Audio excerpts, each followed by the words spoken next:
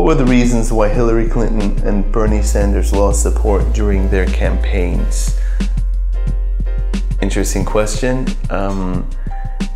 Well, they didn't. It's really like comparing apples to oranges. So Bernie Sanders lost the nomination for the Democratic ticket for the presidential election. So he lost out to Hillary Clinton at the stage where we're choosing basically which Democratic member is going to run for the presidency up against whichever the Republican was, and of course that was Donald Trump.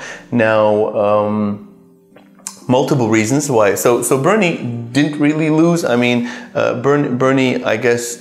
His kind of very left-wing by American standards, not by anywhere else, but by American standards, Bernie's a little bit of a, self-proclaimed socialist, and I think that scares some people. Most of his, the money he raised was online and from the younger generation. So I believe, what was it, something like 17, 18 or $1 approximately was the average donation to Bernie Sanders. Very small, forgive me if I'm mistaken, but it was very small, definitely under $50. He unfortunately, when it came to the nomination to run on the ticket, he didn't get it. Now, we found out a few months later that it seems that Hillary Clinton had some dubious dealings with the Democratic National Convention. Rather, that the questions that were asked, I believe she was privy to. She knew, she was told the questions, so she had time to prepare. It wasn't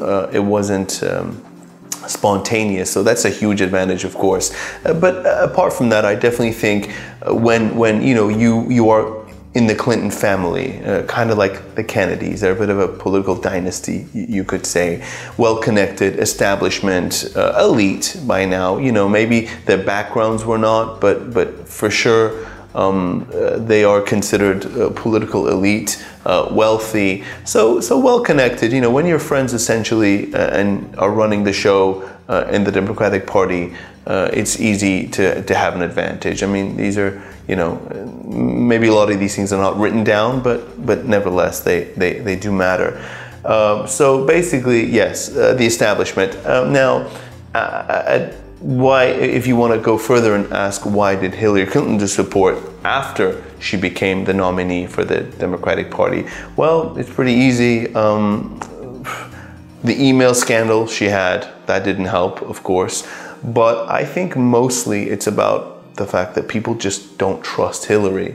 They never did. They don't trust her husband too much, but they trust her even less. She's part of the establishment. I think the people are sick of that. The vote, a lot of people voted for Donald Trump not really because they're enamored by him. I mean, he has no history, but in politics. But that was his advantage. That was the reason why people liked him.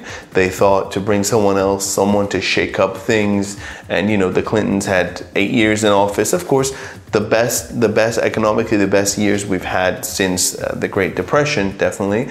But still, people don't trust them. There are questions lingering regarding the Clinton Foundation that's got a lot of money from Arab Gulf states. So a lot of people wondering, whether essentially countries that have questionable practices and human rights abuses, etc., are trying to buy favor through the Clinton Foundation, and whether that influences, of course, the future president that would have been Hillary Clinton.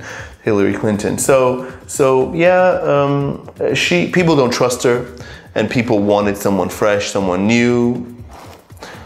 Really bad decision, as we've seen during the last 14-15 months, but regardless, and that was the biggest mistake of the Democratic Party, to choose someone that was so establishment to run against someone that wasn't.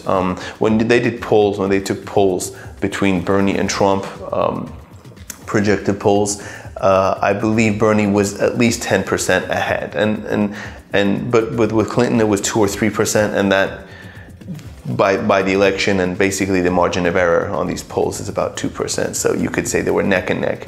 Now, it is true that Hillary Clinton won the popular vote, but did not win the number of electoral college votes needed to clinch the presidency.